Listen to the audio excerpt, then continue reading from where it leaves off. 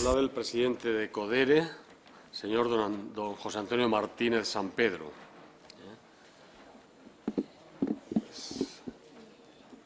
Si se sientan, por favor, le podemos dar la palabra. El señor Martínez Sampedro. Señor presidente, señorías, quiero en primer lugar agradecer la oportunidad que se me ofrece para comparecer ante esta Comisión de Economía y Hacienda del Congreso de los Diputados con ocasión de la tramitación del proyecto de Ley de Regulación del Juego. Comparezco en mi condición de presidente de Codere, que como ustedes conocen es un grupo empresarial español de carácter multinacional, constituido hace 30 años, que opera en 8 países de Europa y Latinoamérica, empleando a más de 20.000 trabajadores, con más de 250 licencias concedidas por los diversos reguladores de juego y que es la única compañía del sector que cotiza en el mercado de valores de Madrid. En el año 2010, la facturación de la compañía ha sido algo superior a los 1.000 millones de euros, y las tasas de juego pagadas en las diferentes jurisdicciones suman 350 millones de euros. Por otra parte, la Fundación Codere, que me honro en presidir, viene desarrollando una importante labor de análisis y reflexión académica y doctrinal sobre el sector de juego y sobre sus regulaciones, algunas de cuyas publicaciones son conocidas por sus señorías. El momento actual presenta una gran relevancia para el sector del juego, por cuanto que las Cortes Generales van a proceder a aprobar una nueva regulación que ordena la actividad empresarial en este sector. La industria del juego en España está articulada por un gran número de empresas que emplean directa e indirectamente a más de 100.000 trabajadores. Aportan más de 5.000 millones de euros a las distintas administraciones públicas por la vía de impuestos de juego y otras modalidades tributarias y gestionan, en términos de cantidades jugadas, en las diferentes modalidades autorizadas en España, más de 30.000 millones de euros al año. Por todo ello, parece evidente la trascendencia de proceder, por primera vez en nuestra democracia, a regular con rango de ley un sector económico de esta relevancia. En el inicio de los años 90 se constituyó una ponencia en esta Cámara que llevó a cabo un estudio de la situación del juego en España y cuyas conclusiones reflejaron la preocupación por el impacto social de la actividad sobre grupos vulnerables, la protección y la seguridad jurídica de los jugadores, así como la conveniencia de planificar y limitar la oferta de publicidad sobre juegos de azar en un contexto de coordinación entre la Administración central y las comunidades autónomas. Desde entonces, los elementos básicos del sector han cambiado poco. El Estado ha seguido operando las loterías en régimen de monopolio y los límites de sus competencias han sido definidos por el Tribunal Constitucional. La ONCE ha seguido operando por cesión histórica del monopolio del Estado su sorteo tradicional, una lotería pasiva, y ha incorporado sorteos activos. Todas las comunidades autónomas, en virtud de sus estatutos de autonomía, tienen en la actualidad competencias exclusivas en materia de juegos y apuestas, a excepción de las loterías del Estado y las quinielas. En ese marco se ha desarrollado una potente industria de juego, autorizado en España, fuertemente reglamentada e intervenida por la Administración, soportando una carga fiscal muy considerable. Esta industria, autorizada en España, había desplazado la ilegalidad a índices marginales, pero ha contemplado atónita en los últimos años el nacimiento y crecimiento del juego por Internet ofertado a residentes en España, desde Gibraltar y otros paraísos fiscales, por operadores que se justifican en inexistentes derechos derivados de los tratados europeos. Esta situación de ilegalidad, que no a legalidad, como algunos pretenden calificarla, ha provocado que la compañía que presido haya decidido iniciar actuaciones ante los tribunales, presentando recientemente una demanda por competencia desleal y publicidad ilegal contra uno de los operadores que protagonizan esta actividad. En este contexto, la regulación de los nuevos canales online de juego resulta absolutamente necesaria y así ha venido siendo reclamado por el sector desde hace varios años. A finales de 2007, el Parlamento español aprobó la Ley 57/2006, que en su disposición adicional 26ª mandataba al Gobierno para la presentación de un proyecto de ley que regulase los diversos aspectos del juego telemático. El proyecto de ley que se encuentra en tramitación en esta Cámara y que motiva mi comparecencia aborda diversas cuestiones, de entre las cuales, dada la limitación de tiempo de que dispongo, quisiera identificar las que considero más relevantes.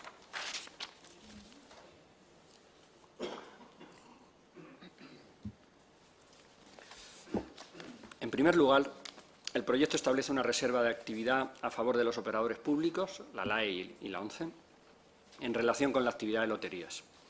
La convivencia en nuestro modelo tradicional de juego público y juego privado constituye un elemento esencial de nuestro sistema que debe ser asegurado en la nueva regulación. Por otra parte, el proyecto define el nuevo modelo de asignación de licencias de juego para los operadores online.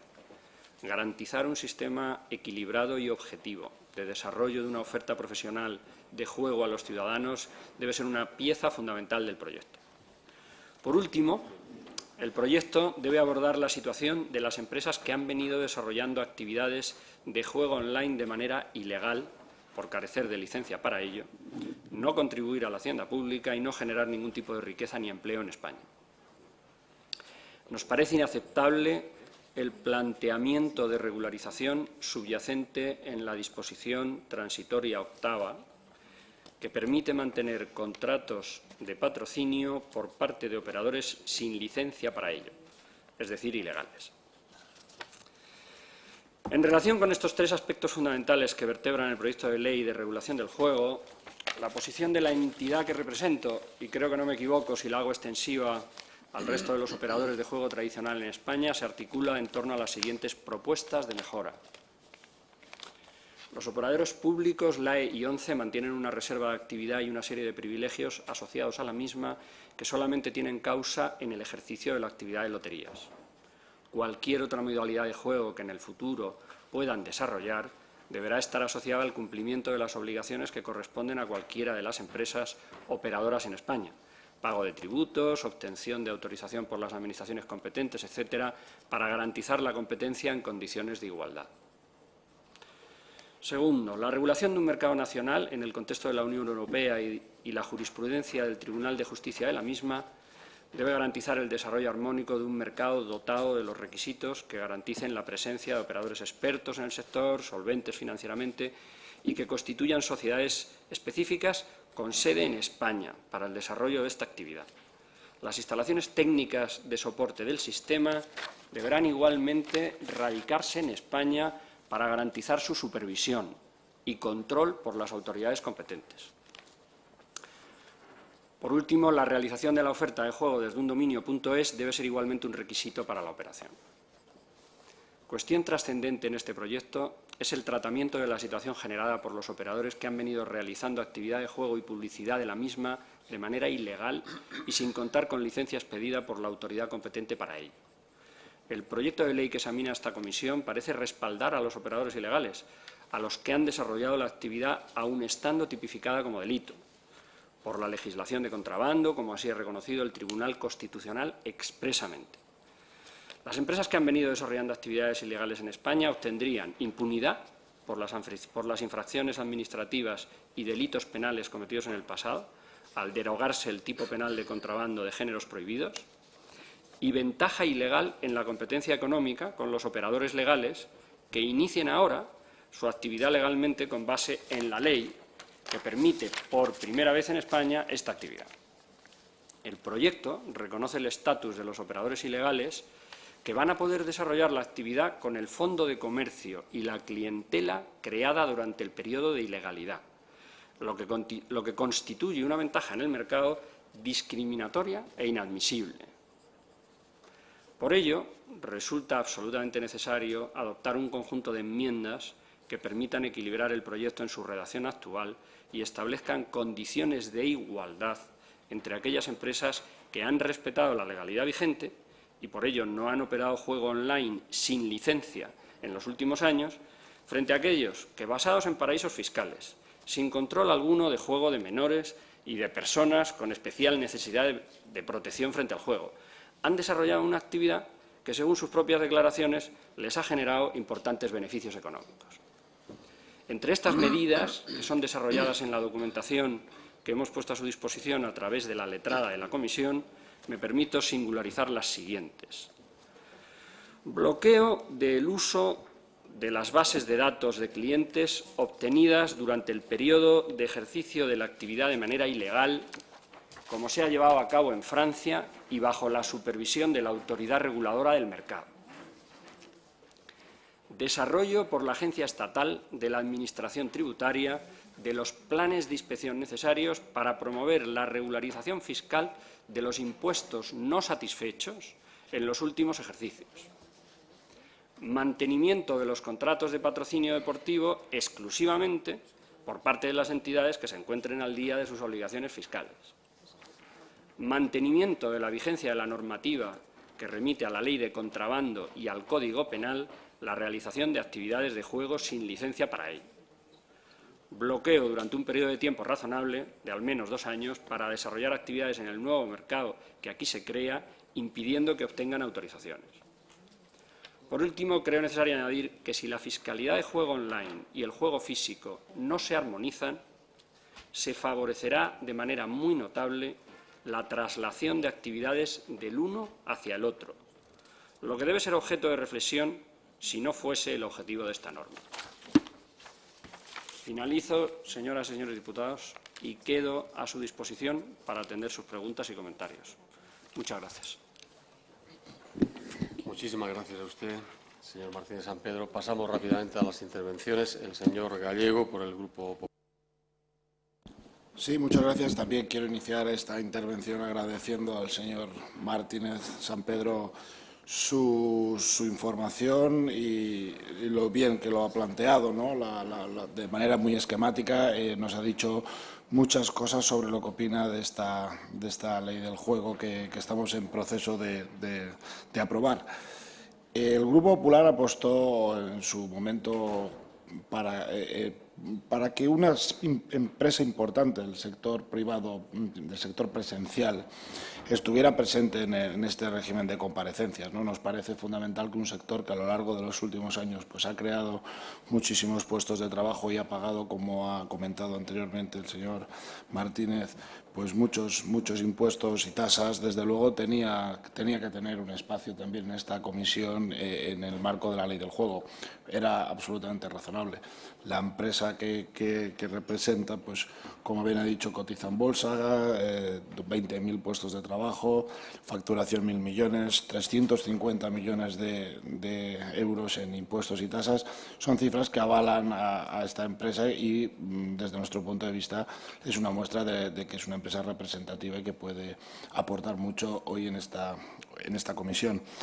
Como el objetivo de la comisión es que los diputados aprendamos de ustedes y que nos ayuden a resolver algunas dudas que tenemos y que estamos todavía en la fase de resolverlas en el trámite de enmiendas, nosotros le queríamos hacer algunas preguntas que, si tiene bien, pues se nos pudiera contestar, ¿no?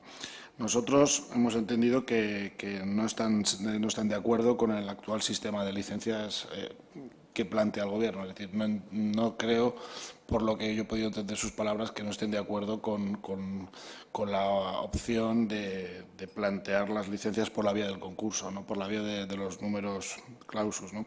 Y en ese sentido, pues me gustaría que confirmara esa interpretación que he tenido de sus palabras, ¿no? Es decir, están en contra de ese modelo de otorgar licencias que plantea el Gobierno.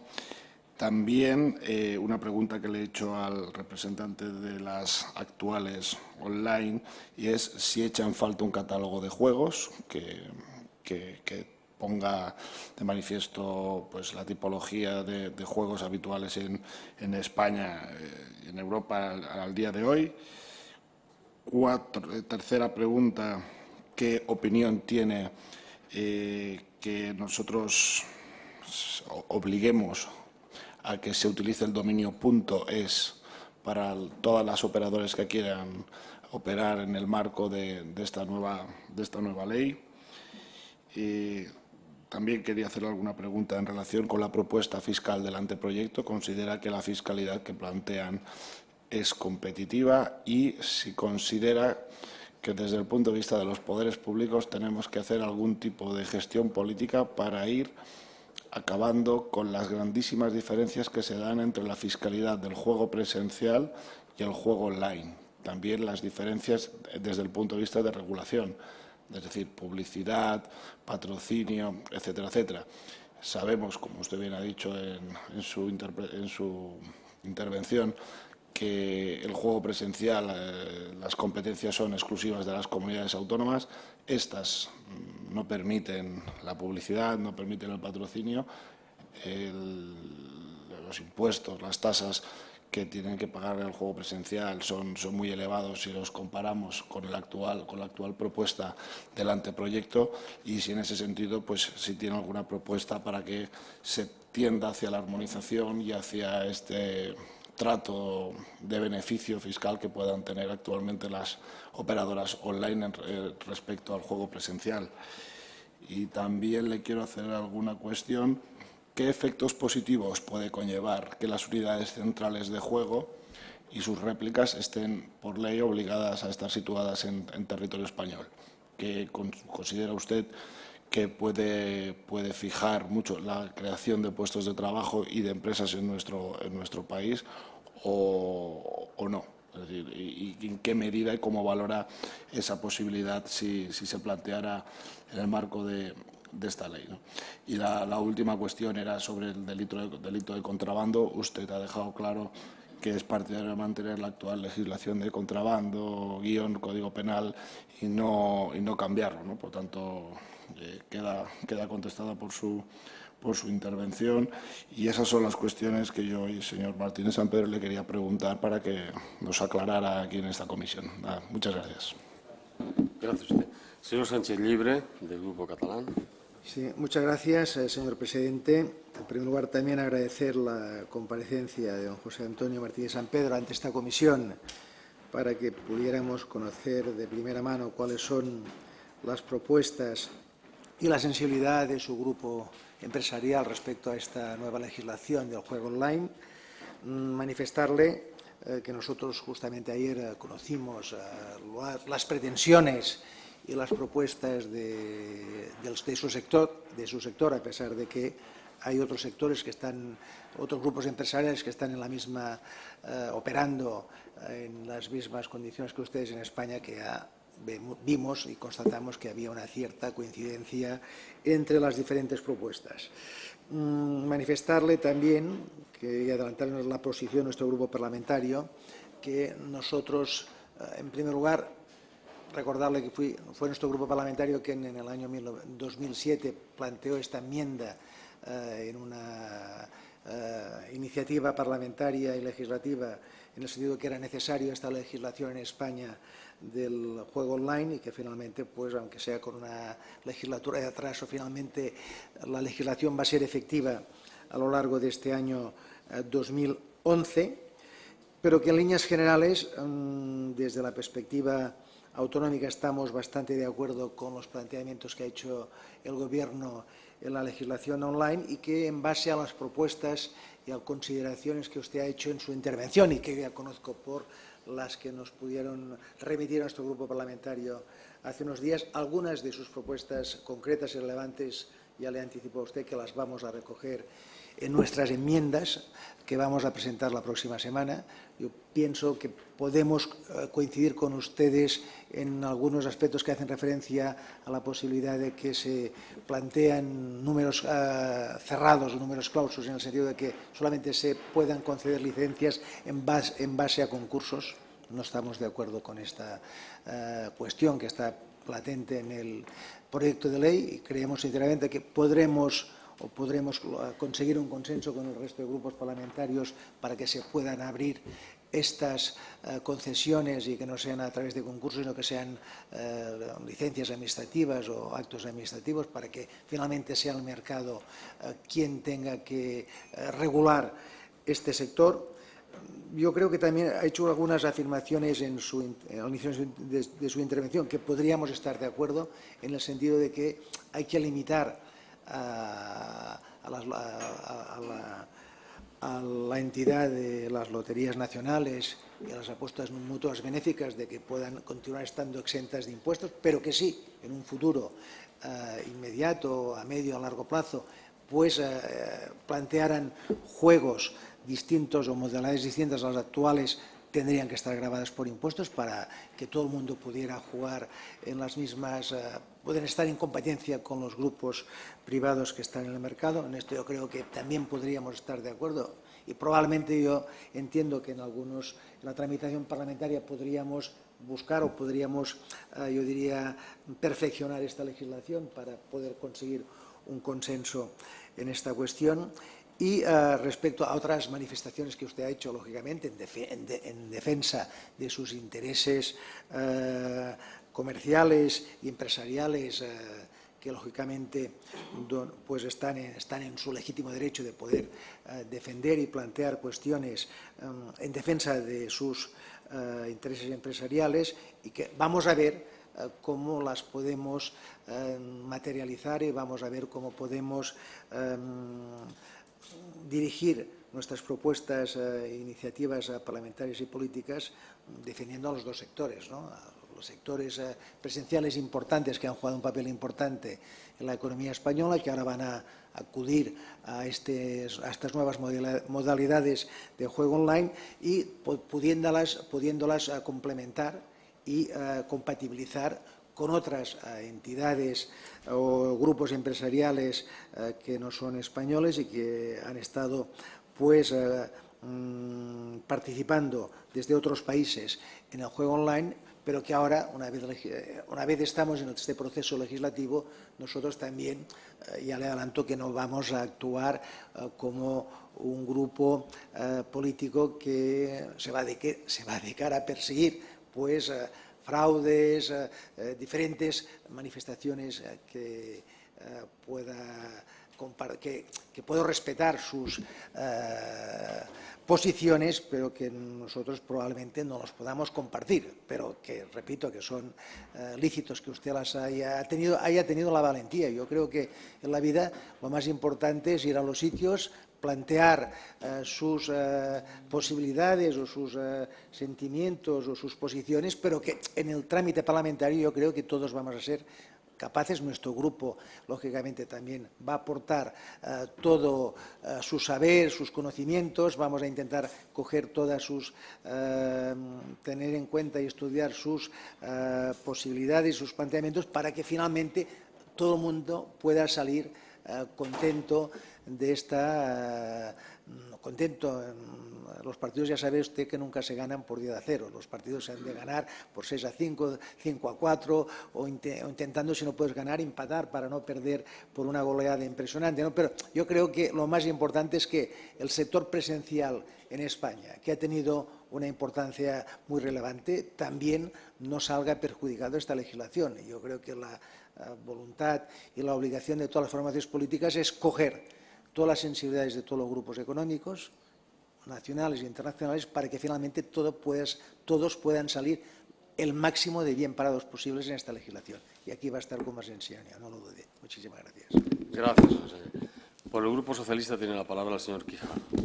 Gracias, presidente. Y gracias también al compareciente en representación de CODERE por la información proporcionada y también, como algún portavoz anteriormente ha señalado, digamos, por la precisión, concreción y, en algunos casos, valentía de los planteamientos que, por otro lado, pues conocíamos, ¿no?, de la abundante documentación que han tenido a bien remitirnos en fechas anteriores. Yo le haría le plantearía una cuestión general y luego entro en los tres asuntos que usted también ha mencionado, en algunos casos para hacerle alguna pregunta, en otros para establecer algún matiz en alguna cuestión que probablemente pues también la escasez del tiempo de comparecencia haya podido limitar, ¿no?, en cuanto a la precisión en el asunto. Lo digo porque alguno de los temas que ha planteado me parece que tiene detrás debates jurídicos de mucho calado, difíciles de resolver o de enfocar con, en fin, la suficiente profundidad en una comparecencia pues ya muy limitada en el tiempo, y más en este momento, dado que ya la hora pues ha ido avanzando considerablemente. La cuestión general, me gustaría un juicio de valor, argumentado hasta donde pueda serlo,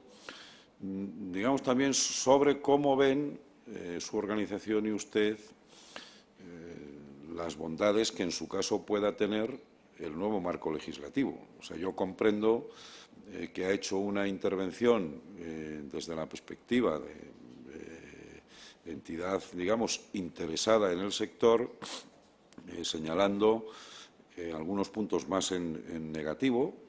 Lo entiendo perfectamente y tiene toda la legitimidad, algunos puntos más en negativo, por entender que de ellos se deducen eventuales limitaciones en el futuro o agravios o ventajas comparativas para otros competidores que han estado, digamos, en una actitud menos respetuosa conforme a la legalidad previa.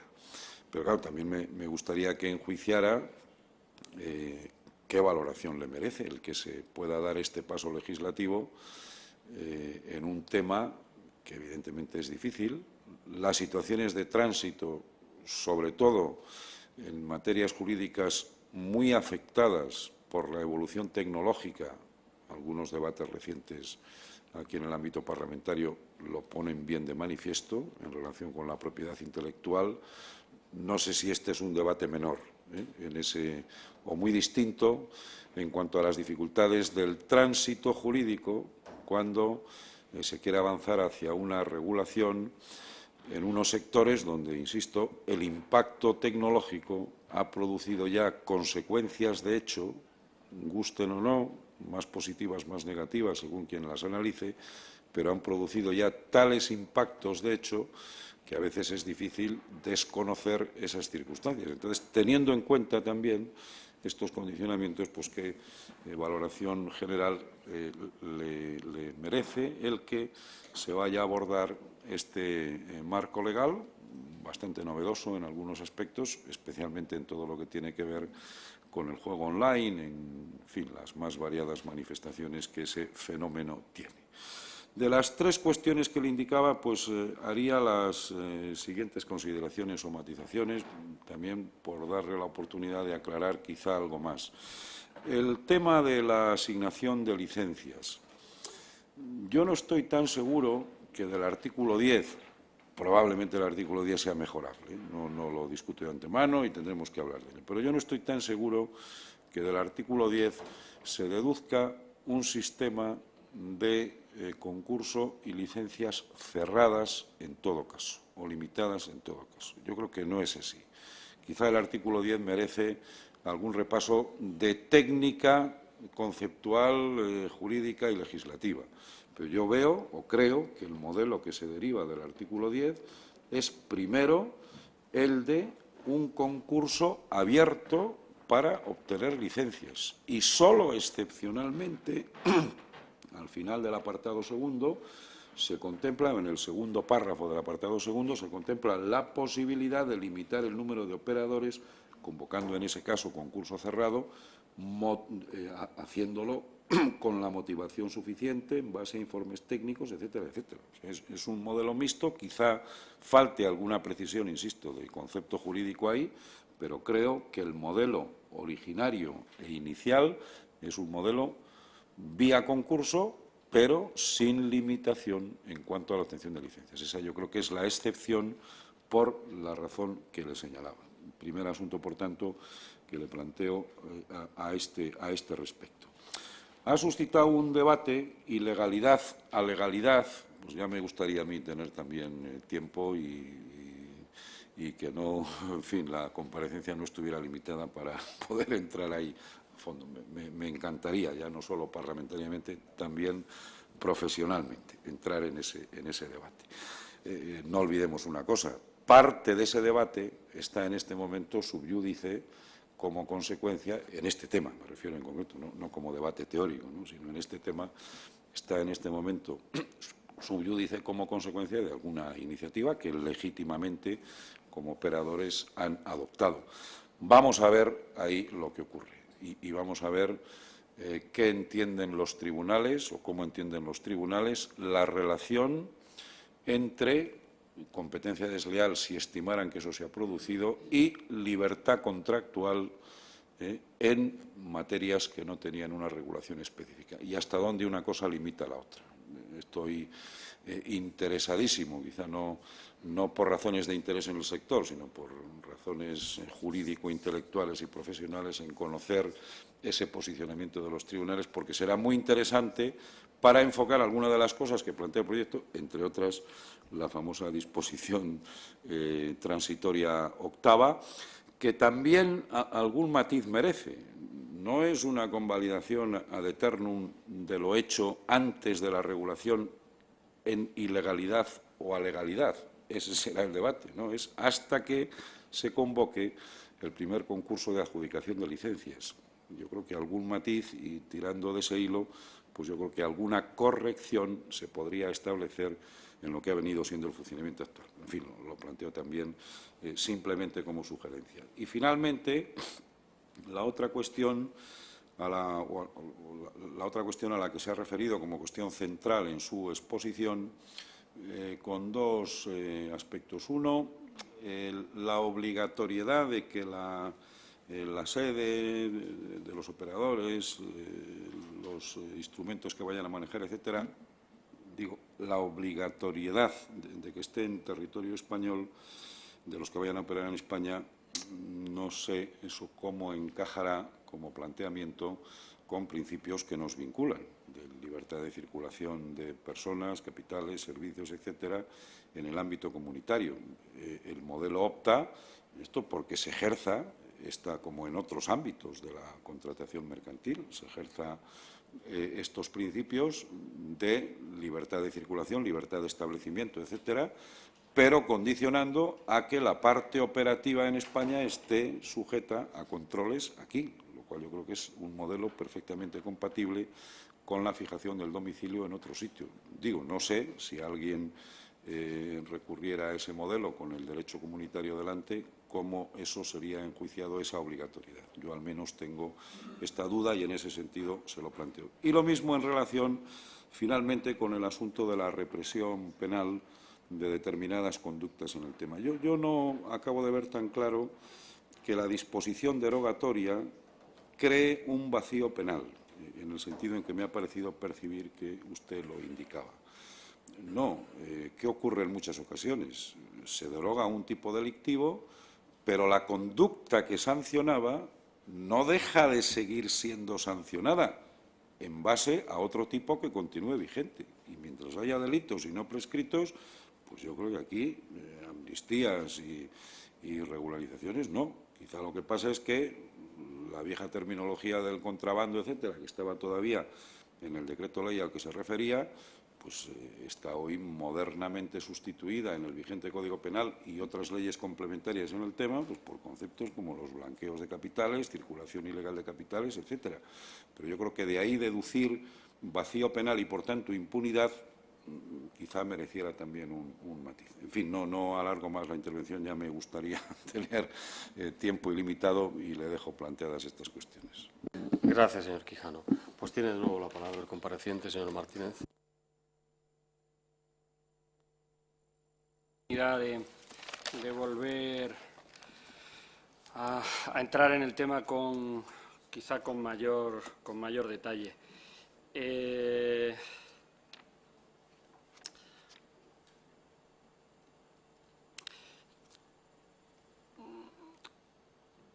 La legalidad, el concepto de legalidad en juego no es, tal y como nosotros lo llevamos viviendo 30 años, equivalente al de otras actividades. Y yo creo que yo no soy abogado, pero de tanto sufrirlos llega un momento en que puede acabar uno creyendo que que domina un terreno siempre complicado y en el que, además, como se ha dicho, la última palabra la tienen en muchas ocasiones los tribunales. Los equipos jurídicos de nuestra compañía, el Consejo de Administración, en donde son mayoría los abogados y somos minoría los ingenieros, le han dedicado muchas horas a este tema y hay una convicción, yo creo, bastante firme, creo que además compartida con personas cualificadas para ratificarla desde un punto de vista judicial, en el sentido de que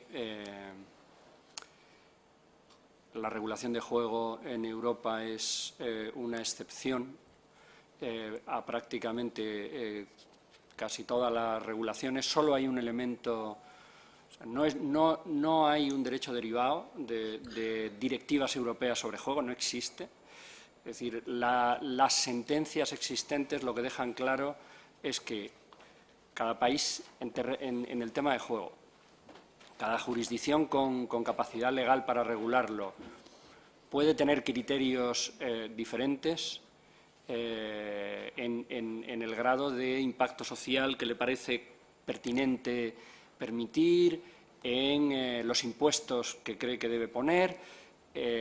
La única reserva es que no haya discriminación entre nacionales y comunitarios. En el momento en que sí hay una discriminación y que se produce algún elemento que genera ventaja de unos en detrimento de otros, ahí sí hay un problema. Con esa única salvedad, en el resto podríamos hablar de que existe soberanía para decidir y, por lo tanto, el Parlamento español y el Gobierno español, en el ejercicio de sus funciones legales, van a poder hacer lo que crean que le conviene a España, con esa única restricción. Se me han pedido desde diferentes intervenciones una valoración un poco general de la ley, más allá de los aspectos en los que de alguna forma me ha tocado enfatizar en mis 10 minutos, ¿no? que han sido los que nos preocupan y, por lo tanto, los negativos. Yo creo que le reconocemos a CIU la aportación de haber solicitado que el Gobierno regulara esta actividad. Es evidente que nosotros para nada estamos en contra del progreso tecnológico y de la incorporación al escenario del juego legal, que es el regulado, de todas las nuevas modalidades de juego que son posibles. Nosotros tenemos una licencia de juego online en Italia, porque la regulación italiana nos lo permitía y la hemos pedido y estamos empezando a ponerla en marcha. Y vamos a tener regulaciones de juego online en todas las jurisdicciones que nos habiliten para ello, cumpliremos los requisitos y desarrollaremos empresarialmente ese enfoque imparable en cualquiera de los ámbitos de la actividad humana y empresarial. No quisiera yo dar la sensación de que nosotros tenemos una postura reaccionaria de conservar el juego presencial histórico y oponernos a cualquier modalidad de juego por Internet, juego telemático, juego remoto. Es decir, lo que pasa es que está el qué y el cómo. Sí queremos que se haga y pensamos que es necesario que se haga bien. Y todas nuestras reflexiones o quejas o reclamaciones no son caprichosas o ventajistas. Buscan dotarle a la actividad de la sostenibilidad que después de llevarla practicando 30 años sabemos que necesita.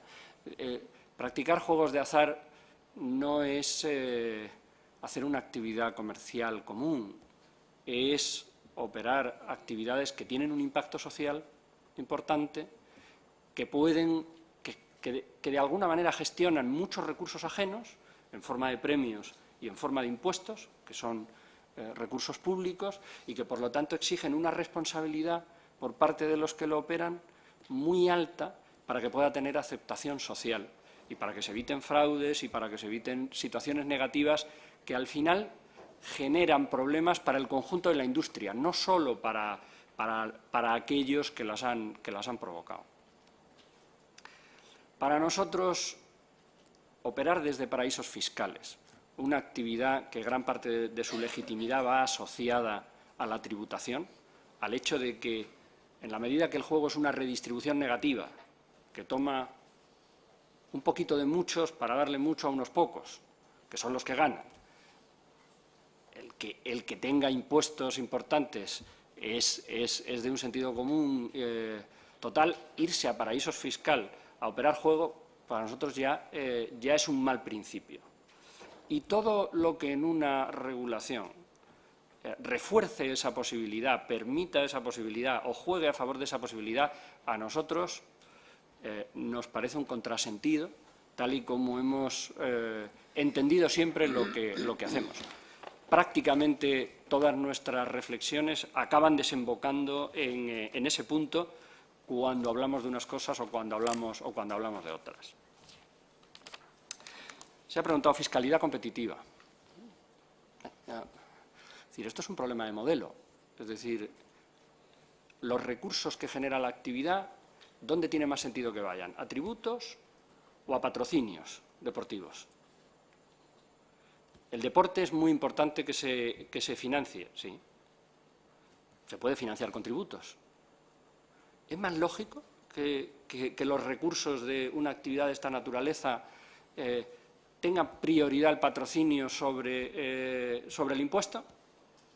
Es una decisión política. Yo no voy a venir aquí a pedir muchos impuestos. Simplemente digo que a mí me va a costar mucho defender fiscalidades competitivas habiendo entendido la actividad que nosotros hacemos siempre de la manera que la entendemos. Un ejemplo, yo he dado la cifra de ventas y de pago de tasas de nuestra compañía en el año 2010, es la memoria pública de la compañía cotizada. Supone prácticamente un tercio de los ingresos para tasas de juego. Las compañías que piden fiscalidad competitiva, si uno va a sus memorias, porque algunas son también cotizadas, aunque luego operan con filiales en paraísos fiscales, pues tienen menos del 5%, entre el 5 y el 7% en sus cuentas públicas de tributaciones de tasa de juego. Claro, es evidente que ahí hay un diferencial, que es el de los patrocinios, la promoción, la publicidad. La publicidad sobre el tema de juego, es decir, la publicidad y la promoción de las actividades de juego genera más consumo, eso es evidente. Ese mayor consumo, ¿dónde debe tener su límite? Es una cuestión también para reflexionar. Es decir, yo no sé si es el rol que a mí me toca, pero desde luego el juego presencial ha asumido históricamente la necesidad de tener responsabilidad en este terreno. Y la responsabilidad en este terreno es evitar que los menores jueguen, es no fomentar ni dar facilidades para que personas que tienen problemas con el juego lo practiquen, es evitar situaciones donde con los tráficos financieros de juego haya blanqueo o haya situaciones de fraude de cualquier naturaleza. En el juego online todo eso, se diga lo que se diga, sí es posible también controlarlo y evitarlo si las cosas se hacen de la forma adecuada. En los temas de Internet y de la red queda récord de todo, es decir, todo es seguible. Las entidades financieras en el juego online son una pieza fundamental para que se pueda producir. Uso de tarjetas de crédito, cuentas en donde se registran los jugadores. Los controles, si se quiere, pueden ser absolutos. La tipificación penal. ¿Por qué la ha mantenido Francia? ¿Por qué la ha mantenido Italia? ¿Por qué la mantiene el Reino Unido? ¿Por qué la mantiene Estados Unidos? Pues porque alrededor de los juegos de azar y de la vulneración de las regulaciones de juego de azar se producen delitos y situaciones graves que, frente a una compañía o a personas que estén radicadas en un paraíso fiscal, es la única vía por la que, verdad, hay una cierta capacidad de intimidación y de preocupación. La preocupación de que cuando coja un avión y salga de su paraíso fiscal, cuando aterrice pueda haber una orden internacional de detención. Solo con la tipificación penal es posible esto. Con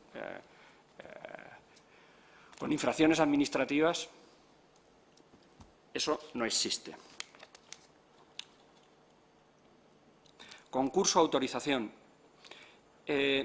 Nosotros hemos participado en concursos y tenemos licencias mediante autorización.